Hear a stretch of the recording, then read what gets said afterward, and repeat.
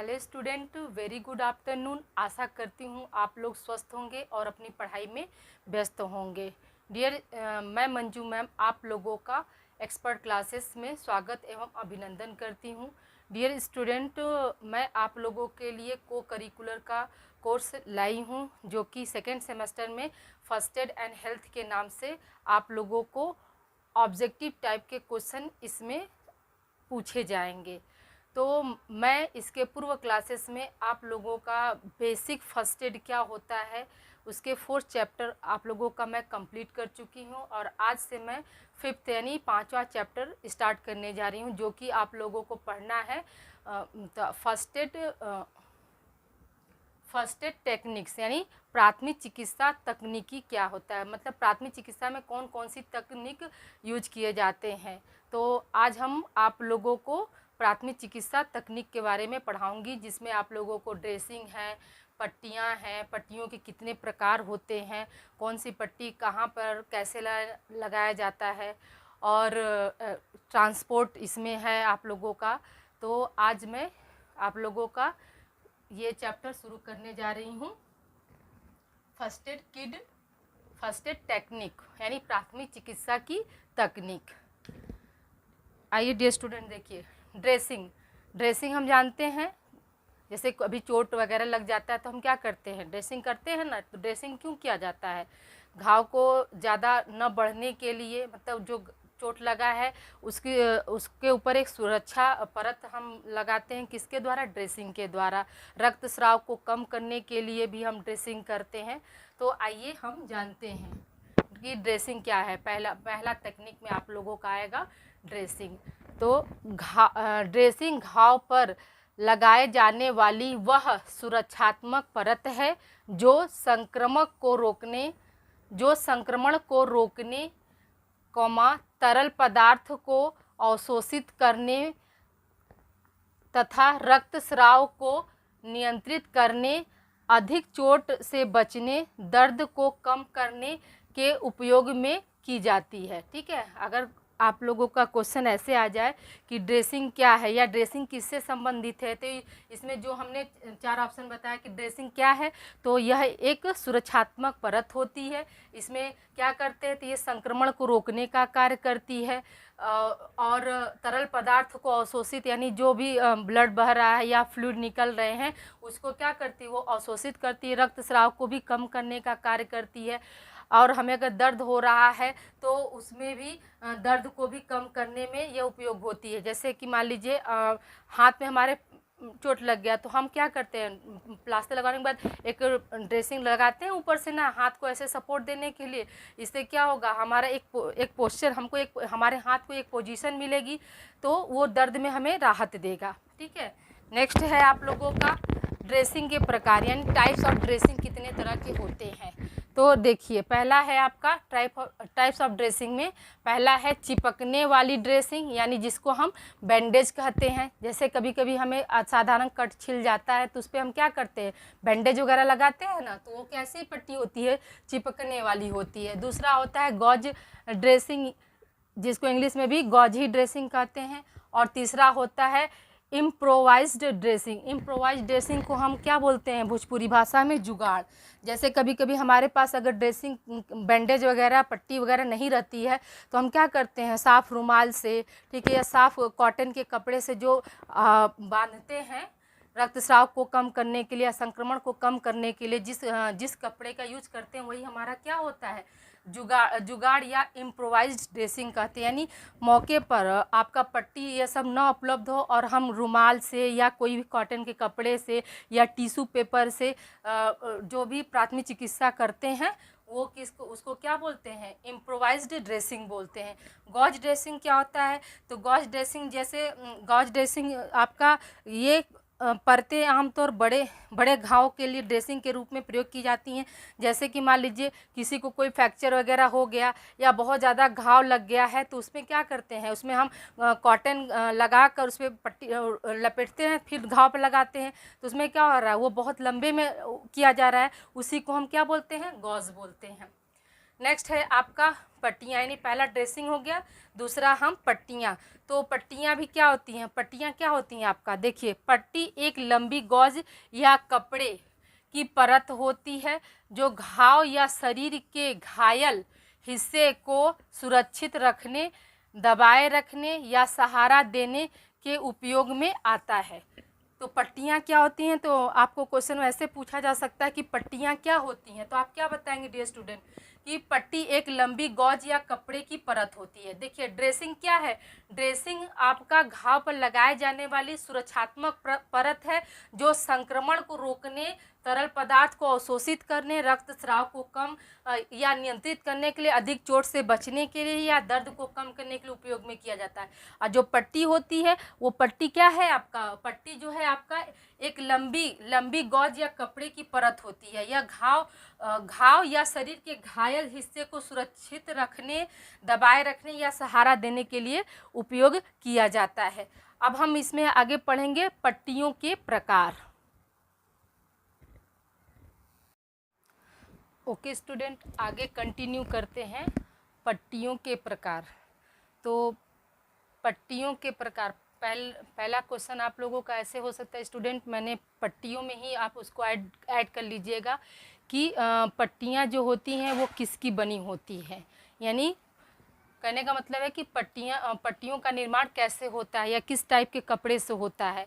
तो आप उसमें ऐड कर लीजिएगा नोट करके कि पट्टियाँ जो होती हैं फलालैन, सूती या इलास्टिक नेट या विशेष प्रकार की कागज़ की बनी होती है। नोट करके ही अभी बैंडेज वाले में इसको ऐड कर लीजिएगा कि जो पट्टियाँ होती हैं वो फलालैन, सूती या इलास्टिक नेट या विशेष प्रकार के कागज़ की बनी होती है। फिर इसके बाद नेक्स्ट हेडिंग आप डालिएगा पट्टियों के प्रकार, यानी टाइप्स ऑफ बैंडेजेज। तो टाइप्स ऑफ बैंडेजेज कितने तरह के होते हैं, तो 4 तरह के होते हैं आपका, त्रिकोणी, रोलर, क्रैप और ट्यूबुलर पट्टियाँ। ये 4 तरह के आपके पट्टियाँ होते हैं। क्वेश्चन आपका पूछा जा सकता है कि पट्टियों के प्रकार हैं, तो आपके ऑप्शन में दे देगा आपका क्रैप, रोलर, तीसरा दे देगा ए और बी दोनों, और चौथा दे देगा नन ऑफ एबव। तो हम किस पे डालेंगे, ए और बी, यानी सी ऑप्शन पर करेंगे कि यानी जो पट्टियाँ की प्रकार क्या है, रोलर और क्रैप दोनों है। ठीक है, तो आइए पढ़ते हैं। पट्टियों के प्रकार क्या है, 4 है आपका, त्रिकोणी, रोलर, क्रैप और ट्यूबुलर पट्टियाँ। त्रिकोणी को ही तिकोनी पट्टियाँ भी कहते हैं या इसी को ट्राईएंगुलर बैंडेज बोलते हैं। और इसका दूसरा नाम क्या है, इसका दूसरा नाम आपका मास्टर बैंडेज है। आपका क्वेश्चन आ सकता है कि त्रिकोण पट्टियों को और किस नाम से जाना जाता है या मास्टर बैंडेज किसे कहते हैं, तो याद रखिएगा कि मास्टर बैंडेज जो होता है ट्राईएंगुलर बैंडेज को कहते हैं। अब देखिए स्टूडेंट, इसका यूज कहाँ है, तो यूज इसका हम कहाँ करते हैं, नहीं यूज मतलब उपयोग, इस्तेमाल। तो बड़ी ड्रेसिंग के रूप में, स्लिंग के रूप में, अंगों को स्थिर रखने में इसका यूज हम करते हैं। किसका, तिकोनी पट्टियाँ की। तिकोनी पट्टियों में ही एक आता है स्लिंग या झूला, ठीक है, एक प्रकार होता है स्लिंग या झूला। तो इसका यूज कहाँ करते हैं, तो घायल भुजाओं को सहारा देने में, छाती, कंधे तथा गर्दन की चोटों में खिंचाव को कम करने के लिए किसका यूज करते हैं, स्लिंग या झूला का यूज करते हैं। नोट करके है आपका इम्पॉर्टेंट पॉइंट ये कि स्लिंग का प्रयोग तिकोनी पट्टी के बाद करते हैं। क्वेश्चन आपका ऐसे पूछा जा सकता है कि स्लिंग का प्रयोग कब करते हैं, तो याद रखिएगा कि स्लिंग का प्रयोग त्रिकोणी या तिकोनी पट्टी के बाद या मास्टर बैंडेज के बाद हम किसका प्रयोग करते हैं, स्लिंग का। नेक्स्ट है इसी में आपका सिर की पट्टी यानी स्कैप बैंडेज कैसा होना चाहिए, इसका यूज हम कहाँ करते हैं, तो याद रखिएगा इसका खुली पट्टी का उपयोग खोपड़ी की चोट को सुरक्षित करने के लिए किया जाता है। यानी सिर की पट्टी का हम उपयोग कहाँ करते हैं, तो ये खोपड़ी की चोट को सुरक्षित करने के लिए आपका स्कैप बैंडेज का यूज करते हैं। दूसरा आपका है रोलर पट्टियाँ, रोलर बैंडेज। तो इसे हम क्या कहते हैं, इसका दूसरा नाम क्या है, लंबी पट्टियाँ भी कहते हैं। जैसे तिकोनी पट्टियाँ का दूसरा नाम क्या है, मास्टर बैंडेज। तिकोनी पट्टी का दूसरा नाम क्या है, मास्टर बैंडेज। उसी तरह से रोलर पट्टी बैंडेज का दूसरा नाम क्या है, लंबी पट्टी यानी लॉन्ग बैंडेजेस इसको बोलते हैं, लॉन्ग बैंडेजेस। ठीक है, आपका क्वेश्चन ऐसे पूछा जा सकता है कि रोलर बैंडेजेस को और किस नाम से जानते हैं, तो याद रखिएगा इसे हम लॉन्ग बैंडेजेस या लंबी पट्टी भी कहते हैं। इसका उपयोग हम कहाँ करते हैं, तो इसका उपयोग अस्पतालों तथा प्राथमिक चिकित्सक द्वारा किया जाता है। इसी में नोट करके पॉइंट है कि इसके लिपटे हुए गोले को क्या कहते हैं, ड्रम या सिर कहते हैं, तथा खुले हुए भाग को पूंछ यानी टेल कहा जाता है। यानी आपका क्वेश्चन ऐसे बन सकता है कि ड्रम या सिर किससे संबंधित है या किस पट्टी में इसका प्रयोग किया जाता है, तो याद रखिएगा कि ड्रम या सिर जो है रोलर पट्टियों में इसका इस्तेमाल किया जाता है। नेक्स्ट है आपका कि रोलर पट्टियाँ ड्रेसिंग को सही स्थिति में बनाए रखने का कार्य करती हैं। आपका क्वेश्चन पूछा जा सकता है कि ड्रेसिंग को सही स्थिति में बनाए रखने का कार्य कौन करती हैं, तो हम क्या आंसर देंगे, हम वहाँ पर आंसर देंगे कि रोलर पट्टियाँ जो होती हैं वो आपका ड्रेसिंग को सही स्थिति में बनाए रखने का कार्य करती हैं।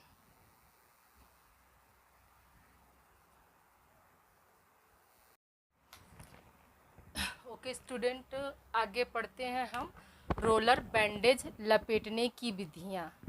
यह आपका इम्पॉर्टेंट है, पूछा जा सकता है कि रोलर बैंडेज हम कैसे लपेटते हैं या किन किन विधियों का हम प्रयोग करते हैं रोलर बैंडेज करते समय। तो पहला आपका है सिंगल या सिंपल स्पाइरल। सिंगल या सिंपल स्पाइरल, जैसे कि सिंगल या सिंपल का मतलब यहाँ पर जैसे ये हमारी कलाई होगी और यहाँ पर मतलब सिंगल एक बार मतलब लपेटेंगे तो उसको हम क्या बोलते हैं, सिंगल या सिंपल स्पाइरल।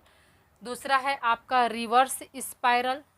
जो सिंगल या सिंपल स्पाइरल है उसमें हम उंगलियों के सहारे से लपेटते हैं, एक ही बार लपेटेंगे उंगलियों के सहारे से, तो वो हमारा किस में आ जाएगा, सिंगल या सिंपल में आ जाएगा। उसी तरह से अगर दूसरा है रिवर्स स्पाइरल। ये क्या होता है, रिवर्स का मतलब क्या होता है, उल्टा। रिवर्स का मतलब क्या होता है, उल्टा। तो इसमें हम इस तरह के बैंडेज में हम क्या करते हैं, कहाँ पर लपेटते हैं, तो पैर और बाह पर इसका रिवर्स स्पाइरल का हम यूज करते हैं, पैर या बाह पर इसका उपयोग किया जाता है। ठीक है, और तीसरा है इसमें आपका ये इम्पॉर्टेंट है, थर्ड पॉइंट आपका इम्पॉर्टेंट है कि 8 अंक के अनुसार यानी 8 अंक के अनुसार बैंडेज का उपयोग होता है। तो किसमें होता है, आपका रोलर बैंडेज के में किया जाता है। या 8 अंक किससे संबंधित है, तो आप क्या बताएंगे, रोलर बैंडेज से संबंधित है। तो 8 अंक के अनुसार यानी फिंगर ऑफ 8, इसका उपयोग हम कहाँ करते हैं, कोहनी और घुटने आदि के जोड़ों पर किया जाता है। 8 अंक के अनुसार हम जो रोलर बैंडेज करते हैं कहाँ पर करते हैं, कोहनी और घुटनों के जोड़ों पर किया जाता है। अब आपका तीसरा है क्रैप पट्टियाँ। अभी हमने आपको बताया ना पट्टियाँ कितनी होती हैं, 4 तरह की होती है, त्रिकोणी है, क्रैप है, रोलर है और ट्यूबुलर है। तो आपको त्रिकोणी पट्टियाँ मैंने बता दिया कि त्रिकोणी पट्टी को हम क्या बोलते हैं, मास्टर बैंडेज बोलते हैं। रोलर को क्या बोलते हैं, लंबी पट्टियाँ बोलते हैं यानी लॉन्ग बैंडेजेस बोलते हैं। उसी तरह से तीसरा आपका क्या है, क्रैप पट्टियाँ। क्रैप पट्टियाँ का इसका यूज हम कहाँ करते हैं, तो ये जो पट्टियाँ होती हैं घायल व्यक्ति को दर्द या सूजन को कम करने में इसका यूज किया जाता है। आप देखते हैं ना किसी को स्वेलिंग हो गई, मोच पड़ गया पैरों में या हाथों में मोच आ जाती है, तब वहाँ पर क्या करते हैं, हम क्रैप की पट्टी का यूज करते हैं ताकि उस व्यक्ति को दर्द न हो और वो जो बॉडी में या पैर या हाथ में स्वेलिंग हो रही है तो उस स्वेलिंग को कम किया जा सके। तो क्रैप पट्टी का यूज हम यहाँ पर करते हैं। नेक्स्ट है आपका ट्यूबुलर पट्टियाँ। ट्यूबुलर पट्टियाँ क्या होती हैं, तो ये पट्टियाँ हाथ पैर की उंगलियों पर ड्रेसिंग रोकने या घायल जोड़ों को सहारा देने का कार्य करती हैं। ट्यूबुलर पट्टियाँ जो होती हैं वो क्या करती हैं, ड्रेसिंग को रोकने यानी स्थिर बनाए रखने के लिए और घायल जोड़ों को सहारा देने के लिए हम किस पट्टी का यूज करते हैं, तो ट्यूबुलर पट्टी का यूज करते हैं। ओके स्टूडेंट, यहाँ पर पट्टियों के 4 प्रकार आप लोगों को कंप्लीट हो गया ड्रेसिंग से जो कि संबंधित था।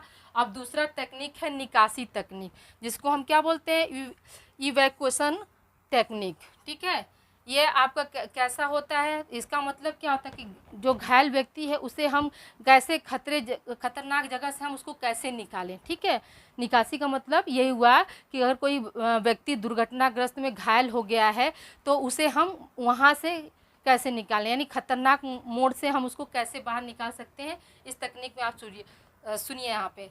तो ये जो निकासी तकनीक होता है तो इसमें है आपका तेज़ी से निकासी तकनीक। इसमें पहला है आपका तेज़ी से निकासी तकनीक। इसके अंतर्गत क्या आता है आपका कि एकल बचावकर्ता।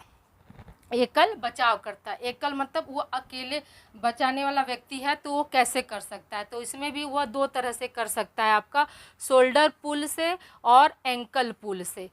शोल्डर पुल का मतलब क्या है कि कंधों को पकड़कर, यानी कपड़े सहित कंधों को पकड़कर उसको खींचकर वो बाहर निकाल सकता है खतरनाक जगह से।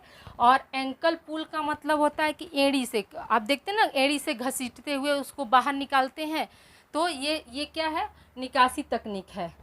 अब यहाँ पे देखिए डियर स्टूडेंट, आपका यहाँ पर है कि निकासी तकनीक किस लिए किया जाता है, तो यहाँ पर मैंने बताया आपको कि घायल को खतरनाक स्थिति से बाहर निकालने के लिए इस तकनीक का प्रयोग किया जाता है। और यह तकनीक किससे संबंधित, तेज़ी से निकासी तकनीक से संबंधित है। यहाँ पर क्या होता है, एकल बचाव करता है, यानी अकेले बचाने वाला है, तो अकेले बचाने वाला जो व्यक्ति होगा वह कैसे करेगा, तो शोल्डर पुल यानी दोनों कंधों का से उसको खींचकर खतरनाक जगह से निकालेगा। और दूसरा है एंकल पुल, यानी एड़ी से उसको खींचकर बाहर निकालेगा। ओके स्टूडेंट, इतना आपको समझ में आया होगा। आगे कंटिन्यू करते हैं। ओके स्टूडेंट, आगे हम पढ़ते हैं परिवहन तकनीक। परिवहन तकनीक यानी ट्रांसपोर्टेशन टेक्निक क्या होता है, कब दी जाती है, इसके बारे में हम पढ़ते हैं। तो परिवहन तकनीक जो होता है, प्राथमिक चिकित्सा देने के बाद रोगी को परिवहन द्वारा सुरक्षित अस्पताल पहुंचाया जाता है। ठीक है, ये तो सभी जानते हैं, हम लोग शुरू से ही मैं बता रही हूँ कि प्राथमिक चिकित्सा के बाद ही हम ट्रांसपोर्ट का इस्तेमाल करके रोगी को अस्पताल पहुंचाते हैं। तो अब परिवहन तकनीक में कितने तरह की तकनीक आती है ये हम पढ़ते हैं। तो परिवहन तकनीक जो होता है आपका दो तरह का होता है, एकल परिवहन तकनीक और बहुसहायक परिवहन तकनीक। एकल का मतलब होता है कि अकेला, एकल का मतलब क्या होता है, अकेला या एक। और बहुसहायक परिवहन में क्या हो जाएगा, एक से अधिक, है ना, एक से अधिक। तो एक से अधिक में क्या आपका आ जाएगा, ये आपके 7 टाइप्स के होते हैं तकनीक। और एकल तकनीक जो होता है वो आपका 4 तरह का होता है। जैसे पहला है पालना तकनीक, यानी जिसको इंग्लिश में क्या बोलते हैं, क्रेडल टेक्निक्स। दूसरा है मानव बैसाखी तकनीक, यानी ह्यूमन क्रंच टेक्निक। और तीसरा है पिक अ बैक तकनीक। और चौथा है आपका फायरमैन की लिफ्ट एवं कैरी तकनीक, फायरमैन की लिफ्ट एवं कैरी तकनीक। पालना तकनीक का हम यूज कब करते हैं, पालना तकनीक का यूज हम वहाँ पर करेंगे स्टूडेंट जहाँ हल्के वजन के लोग हों, या बच्चे के लिए हम किसका एकल तकनीक में हम पालना तकनीक का यूज करते हैं। जैसे बच्चे को भी हम पालना में उठा कर ले जा सकते हैं, अस्पताल पहुंचा सकते हैं, या हल्के वजन के जो व्यक्ति हैं उन्हें भी हम पालने के द्वारा पहुंचा सकते हैं। फिर है मानव बैसाखी तकनीक। तो मानव बैसाखी तकनीक में क्या होता है, जब यहाँ पर देख लीजिए, एकल परिवहन में भी मानव बैसाखी तकनीक है और बहुसहायक परिवहन में भी मानव बैसाखी तकनीक है। यहाँ पर जो एकल परिवहन तकनीक में मानव बैसाखी तकनीक है में क्या है, एक प्राथमिक चिकित्सक रहेगा और जो घायल व्यक्ति है उसको क्या करेगा, उसका घायल व्यक्ति का हाथ कंधे पर गर्दन में पकड़कर उसको अपने ऐसे अपना हाथ कमर में उसके डालकर उसको ले जा सकता है। तो भी उसको क्या हुआ, बैसाखी मिल गया, सहारा मिल गया, वो धीरे धीरे चलकर पहुंच सकता है। फिर पिक अ बैक तकनीक में क्या होता है, तो पिक और बैक तकनीक का यूज हम जैसे कि कोई भी व्यक्ति है और उसे हम कैसे ले जा सकते हैं, जैसे कोई घायल व्यक्ति है और तो उसे हम अपने कंधे पर बैठाकर ऐसे पीठ पर बैठाकर सहारा देकर ले जा सकते हैं। इसी को हम क्या बोलते हैं, पिक अ बैक। बैक मतलब क्या होता है, पीठ, यानी पिक मतलब ऊपर, पीठ को ऊपर बैठाकर ले जाने की तकनीक को हम क्या बोलते हैं, पिक अ बैक। और फायरमैन की लिफ्ट एंड कैरी तकनीक क्या होता है, तो आप कभी भी हम देखते हैं कि फायरमैन लोगों की मदद कैसे करता है।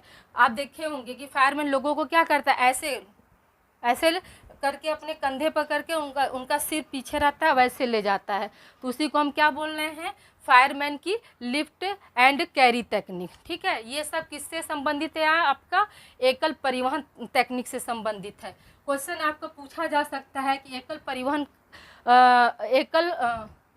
परिवहन तकनीक है, तो उसमें ऑप्शन में आपका दे देगा पालना, ठीक, पालना दे दिया। दूसरा आपका दे दिया कि मानो बैसाखी तकनीक। ठीक है, तो आप क्या करेंगे, ए और बी दोनों लगाएंगे। या फिर पूछ सकता है कि पिक ए बैक तकनीक कौन सा है, एकल परिवहन तकनीक है या बहुसहायक परिवहन तकनीक है। तो डियर स्टूडेंट, यहाँ पर क्या बताएंगे आप कि पिक ए बैक जो तकनीक है वो एकल परिवहन तकनीक है।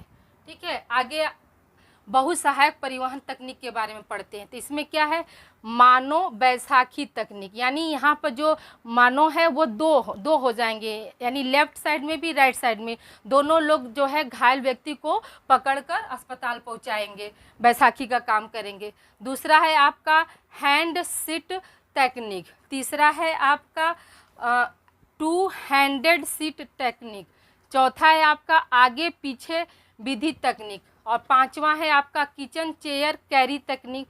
छठवां है कंबल लिफ्ट तकनीक। और सातवां है 3 person carry and stretcher lift तकनीक। ठीक है, तो हैंड सीट तकनीक का उपयोग हम कब करेंगे, जैसे दो व्यक्ति हैं और घायल तीसरा, तो जो घायल व्यक्ति रहेगा वो दोनों व्यक्ति के कंधे पर हाथ रखेगा और जो दो पकड़े हैं उनका पैर ऊपर उठा कर वो ले जाएंगे। इसी को हम क्या बोल रहे हैं, हैंड सीट, यानी अपने हाथों पर बैठा कर लेके जाएंगे। तीसरा है आपका टू हैंडेड सीट में, तो इसमें क्या करेंगे, इसमें जैसे हम लोग पहले क्या करते थे, एक दूसरे का हाथ क्रॉस में हम बांधेंगे और उसके बाद जो घायल व्यक्ति है उसको हम बैठाते हैं अपने, तो उसी को हम क्या बोल रहे हैं, टू हैंडेड सीट, यानी दोनों हाथों का उपयोग करके घायल व्यक्ति को ले जाना, यानी ऐसे दोनों हाथ से बांधेंगे और उसके बाद उस घायल व्यक्ति को ले जाएंगे। फिर है आपका आगे पीछे तकनीक। आगे पीछे की तकनीक क्या है, जैसे एक व्यक्ति हम जैसे आगे की तरफ है, फिर बीच में घायल और उसके पीछे जो पीछे वाला व्यक्ति पकड़ा हुआ, यानी दो व्यक्ति और जो घायल व्यक्ति रहेगा वो बीच में रहेगा। जो आगे वाला व्यक्ति उसका पैर पकड़ा रहेगा और पीछे वाला जो व्यक्ति रहता है वो क्या करेगा, उसके शोल्डर को पकड़कर गोद, एक तरह से मान लीजिए गोद में उठाकर ले जाना। ठीक है, तीसरा है और चौथा है आपका किचन चेयर कैरी तकनीक में क्या हो जाएगा, तो इसमें क्या हो जाएगा, इसमें आपका जो घायल व्यक्ति को है कुर्सी पे बैठाकर आगे वाला व्यक्ति पकड़ेगा और पीछे वाला व्यक्ति पकड़कर उसको ले जाएगा। फिर है आपका कंबल लिफ्ट तकनीक। तो इसमें क्या करते हैं, कंबल लिफ्ट तकनीक में जो घायल व्यक्ति को हम क्या करते हैं, कंबल में लपेटकर ले जाते हैं, वो क्या हो जाएगा, कंबल लिफ्ट, यानी कंबल ऐसे बिछा दिया उसके बाद घायल व्यक्ति और 2-4 लोग इधर पकड़ लिए, 2-4 लोग उस राइट साइड पकड़ लिए, लेफ्ट साइड पकड़, उसके बाद उसको ले जाते हैं। ठीक है, उसको क्या बोलते हैं, कंबल लिफ्ट तकनीक बोलते हैं। फिर 3 पर्सन कैरी तकनीक में क्या होता है कि इसमें 3 व्यक्ति रहेंगे, इसमें 3 व्यक्ति यानी घायल व्यक्ति को लेकर 4 व्यक्ति हो जाएंगे। 3 व्यक्ति जो होंगे वो क्या करेंगे, ऐसे पकड़े रहेंगे और पेशेंट अकेला 3 जगह 3 पोजीशन पर वो लोग एक साइड में ही 3 पोजीशन कवर करेंगे। जैसे पहला व्यक्ति रहेगा वो कंधे सर को पकड़ेगा, फिर बीच वाला व्यक्ति जो होगा वो कमर का पोजीशन को देगा और जो तीसरा व्यक्ति रहेगा वो पैर की पोजीशन को देखेगा। तो इसलिए इसको हम क्या बोल रहे हैं, 3 person carry and stretcher lift बोलते हैं। ओके स्टूडेंट, आशा करती हूँ आज की क्लास आप लोगों को पसंद आई होगी। तो like and subscribe my channel expert classes bye Manju ma'am. आप इस वीडियो को ज़्यादा से ज़्यादा स्टूडेंट को शेयर करिए ताकि वो भी घर बैठे बैठे को करिकुलर का कोर्स आसानी से कंप्लीट कर सके और एग्ज़ाम में अच्छे मार्क्स ला सके। ओके स्टूडेंट, अपना ख्याल रखिएगा। आप लोग इसको राइट डाउन कर लीजिए, मैंने इसे फ्लो चार्ट में समझाया है। आशा करती हूँ आप लोग को अच्छे से समझ में आ गया होगा, तो प्लीज़ राइट डाउन।